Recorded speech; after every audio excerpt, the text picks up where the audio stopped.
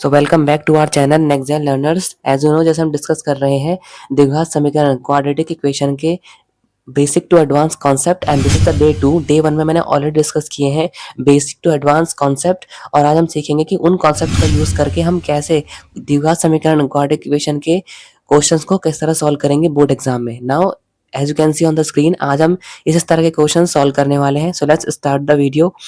सबसे पहले हम चेक करेंगे कि जो हमें वेरिएबल दिया हुआ है उसकी एक वैल्यू किसी भी क्वाड्रेटिक इक्वेशन का हल है या नहीं, यानी कि मूल है या नहीं। सो यहाँ पर as you can see the question हमें दिया हुआ है quadratic equation X square minus 5x plus 6 और हमें चेक करना है कि x इज इक्वल टू 2 द्विघात समीकरण का मूल है या नहीं। सो मूल चेक करने के लिए हम क्या करेंगे, सबसे पहले जो वेरिएबल की वैल्यू हमको दी हुई है उसको हम अपनी इक्वेशन में पुट करेंगे।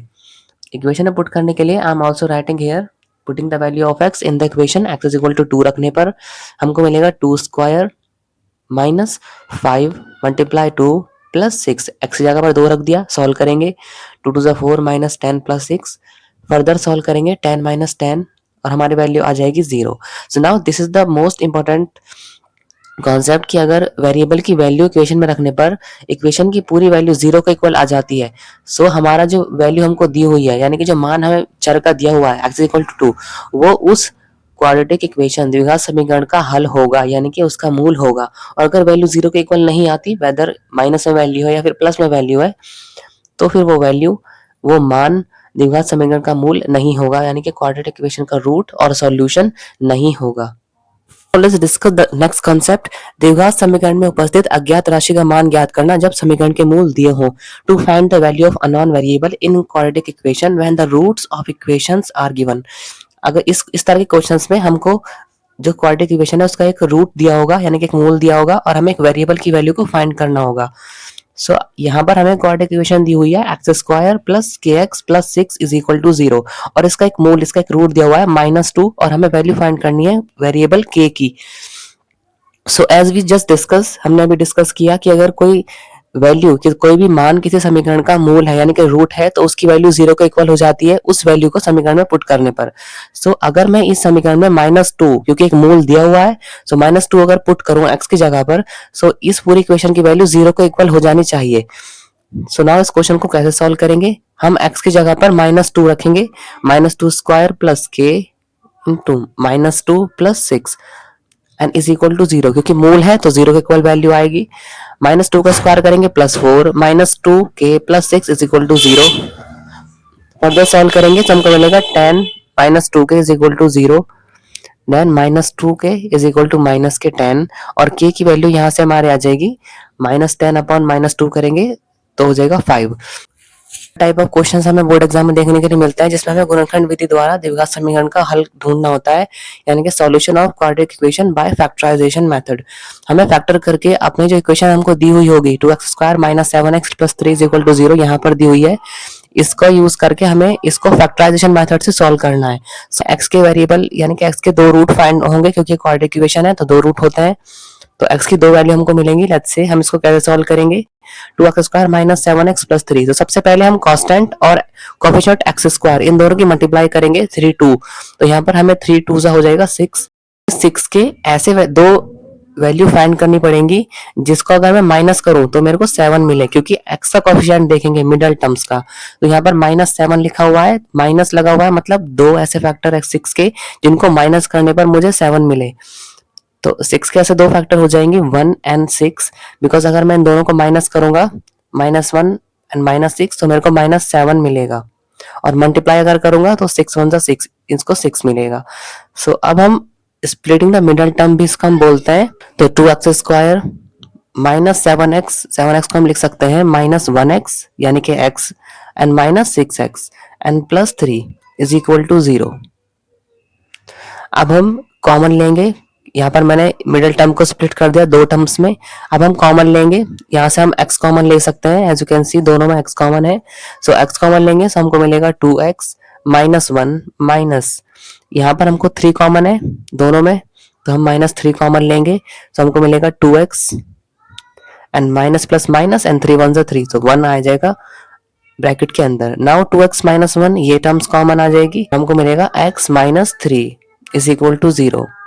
नाउ हल करने के लिए इन दोनों टर्म्स को बारी बारी से जीरो के इक्वल रखेंगे।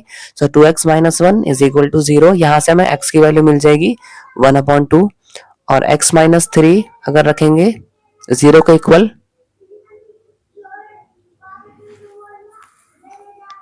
तो यहाँ से हमें x की वैल्यू मिल जाएगी 3। तो now as you can see x के हमें दो हल मिल गए, दो सॉल्यूशन मिले, x is equal to 1/2 and x is equal to 3। So ये दोनों ही इस समीकरण के रूट यानी कि इस इक्वेशन के मूल होंगे और ये ही इनके हल भी होंगे। So 1/2 and 3 is the answer. Now let's discuss the next discuss करेंगे solution of a quadratic equation by using Shridharacharya formula. Shridharacharya सूत्र द्वारा द्विघात समीकरण का हल हम कैसे करेंगे। तो यहाँ पर हमको क्वेश्चन भी दिया हुआ है, solve the quadratic equation using द्विघाचार्य फॉर्मूला, और हमें इक्वेशन दी हुई है 2x² minus 7x plus 3 is equal to 0। इसको हमें सॉल्व करना है कि इसके भी हमें हल निकालना है, और इस बार हम फैक्टराइजेशन मेथड यूज नहीं करेंगे, हम श्रीधराचार्य सूत्र का प्रयोग करेंगे। तो लेट्स से इसको हम कैसे सॉल्व करते हैं। सो श्रीधराचार्य फॉर्मूला मैंने ऑलरेडी डिस्कस किया है डे 1 में। If you didn't check out that video, I suggest you go and check that video out first. So 2x² minus 7x plus 3 is equal to 0। तो सबसे पहले हम क्या करेंगे, द्विघाचार्य फॉर्मूला हमें पता है minus B plus minus under root B square minus 4ac upon 2a होता है। तो यहाँ पर अब मुझे a, b और c की वैल्यू चाहिए। अगर मेरे को a, b, c की वैल्यू मिल गई तो मैं इस फॉर्मूले में पुट करके इजीली x की वैल्यू फाइंड कर सकता हूँ। So ax² plus bx plus c is equal to 0 से जब हम तुलना इसकी कंपेयर करेंगे, सो a आ जाएगा हमारा 2 कोफिशिएंट ऑफ x², b आ जाएगा minus 7 coefficient of x and c आ जाएगा 3 कांस्टेंट टर्म। नाउ हमने a, b, c तीनों की वैल्यू फाइंड कर ली। सो अब मैं d फाइंड करूंगा। हम चाहें तो b² minus 4ac directly solve कर फॉर्मूले में पुट करके सॉल्व कर सकते हैं, या फिर d की वैल्यू अलग से सॉल्व करके फॉर्मूले में पुट कर सकते हैं। सो यहाँ पे मैं d की वैल्यू सेपरेटली कैलकुलेट कर रहा हूँ। So minus 7² minus 4 into 2 into 3, ये हो जाएगा 49 माइनस 24, और जब हम इसको माइनस करेंगे तो हमको आंसर मिलेगा माइनस प्लस के 25। अब d की वैल्यू हमारे आ गई है 25, ये वैल्यू है b² माइनस 4ac की। अदर वैल्यू सबसे पहले हम फॉर्मूले को चेंज करते हैं, minus B plus minus b² minus 4ac की जगह पर मैं d लिख रहा हूँ यहाँ पे, क्योंकि मैंने d की वैल्यू अलग से कैलकुलेट कर ली upon 2a। So minus b हमारा है माइनस के 7 plus minus under root d की वैल्यू हमारी आई 25 अपॉन 2a भी 2 ही है। फर्दर सॉल्व करेंगे, माइनस माइनस प्लस के 7 प्लस माइनस अंडर रूट 25 हो जाएगा 5 एंड अपॉन ये हो जाएगा 4।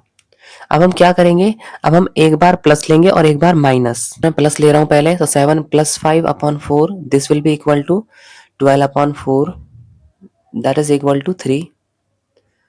माइनस लेने पर जब माइनस लूंगा तो हो जाएगा 7 minus 5 upon 4 that is equal to 2 upon 4 that is 1/2। now you can see factorisation method जब हमने इसको सॉल्व किया था तब भी हमें 3 और 1/2 हल मिला था, और इस फॉर्मूले से भी हमें 3 और 1/2 मिलेगा, क्योंकि ये दोनों मेथड सेम हल करने के लिए फाइंड होता है, यानी कि क्वाड्रेटिक इक्वेशन को सॉल्यूशन फाइंड करने के लिए। So these are the roots of the quadratic equation, और ये इसके हल भी होंगे। Now that's it for today's video. I hope you enjoyed this video. I'll see you in the next one. Till then, you can practice this and you can learn this. Thank you so much.